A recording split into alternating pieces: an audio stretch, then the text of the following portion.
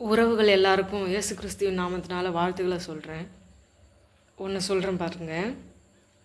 Abraham வயது முதிர்ந்தவராக இருந்தார். அவர் பிள்ளை பிறக்கிறதுக்கு வழியே கிடையாது. ஏன்னா வயது முதிர்ந்திருக்காரு. அவங்க மனைவிக்குமே அப்படி தான்.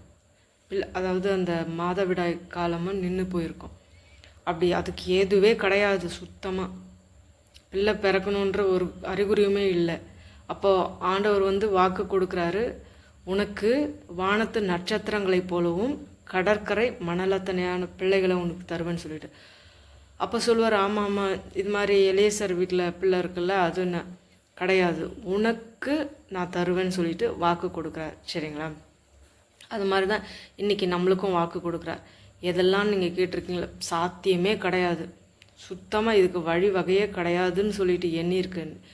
நீங்கள் இங்கே பாருங்கள், ஆபிரகாமே நீ பயப்படாதே, நான் உனக்கு கேடகமும் உனக்கு மகா பெரிய பலனுமாக இருக்கிறேன். அந்த ஆபிராம் என்ற இடத்துல நம்மளுடைய நேம் போட்டுக்கலாமா?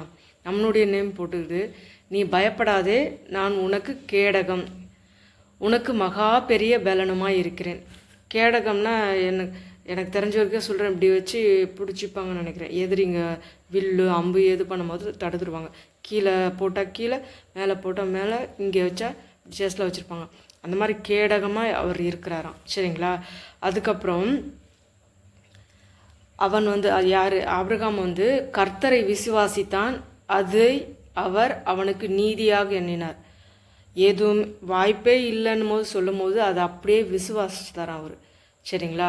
கடவுள் சொன்னது நடக்கும்னு சொல்லிட்டு அவர் விசுவாசத்தினால, நம்ம எபிரேயரில் பார்க்குறோம் 11, சாராளுடைய சரீரம் செத்து இருந்து எண்ணத்தகும் ஒருவளாலேயே, சரீரத்தினுடைய எல்லா சாரமும் செத்து போன ஒருவளாலேயே வானத்து நட்சத்திர பெருக்கமான பிள்ளைகளையும் மணலத்தனையான பிள்ளைகளையும் பெற முடியும்னு சொன்னால், சரிங்களா, அந்த அந்த அங்கே பிறந்தார்கள் அப்படி சொல்லிட்டு சொல்லிக்குது.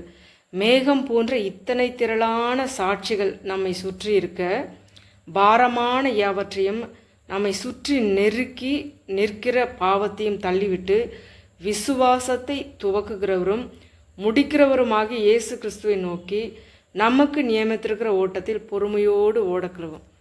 சரிங்களா? நம்ம வேதத்தில் ஆரம்பத்தில் நம்ம பார்க்குறோம் ஆண்டவர் எவ்வளோ அற்புதங்கள்லாம் செஞ்சுருக்காருன்னு சொல்லிட்டு. சரிங்களா? இப்போது ஆபிரகாம் சாராளையே எடுக்கும்போது அவங்களுக்கு விசுவாசத்தினால அவங்களுடைய பிள்ளைகளை நம்ம என்றோம். அவங்களுக்கு என்ன வாக்கு கொடுத்துருக்காரு, உங்களுக்கு வானத்து நட்சத்திரங்களை போலவும் மணலை அத்தனை பிள்ளைகள் தருவேன்னு சொன்னார்.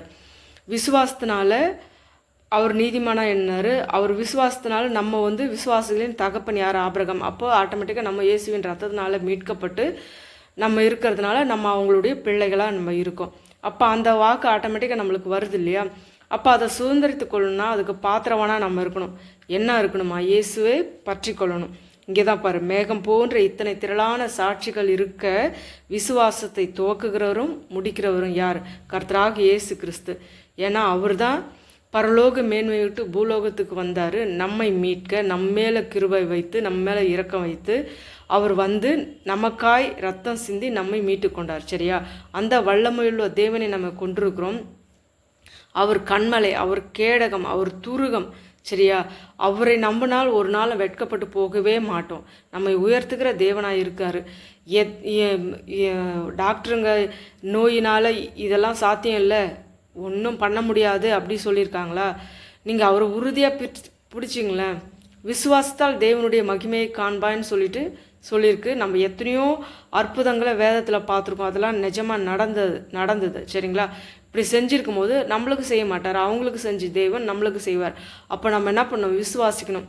உங்களை விசுவாசிக்கிறேன், உண்மையை பற்றி கொள்கிறேன். நமக்கு நியமிச்சிருக்கிற ஓட்டத்தில் பொறுமையோடு ஓடி பின்ன இந்த பக்கமாக அந்த பக்கம். இப்போ ஓட்டப்பந்தயம் ஓடுறோன்னா சைடில் பார்த்தோன்னு வச்சுக்கோங்களேன், நம்ம போக வேண்டிய இலக்குக்கு கண்டிப்பாக போகவே முடியாது.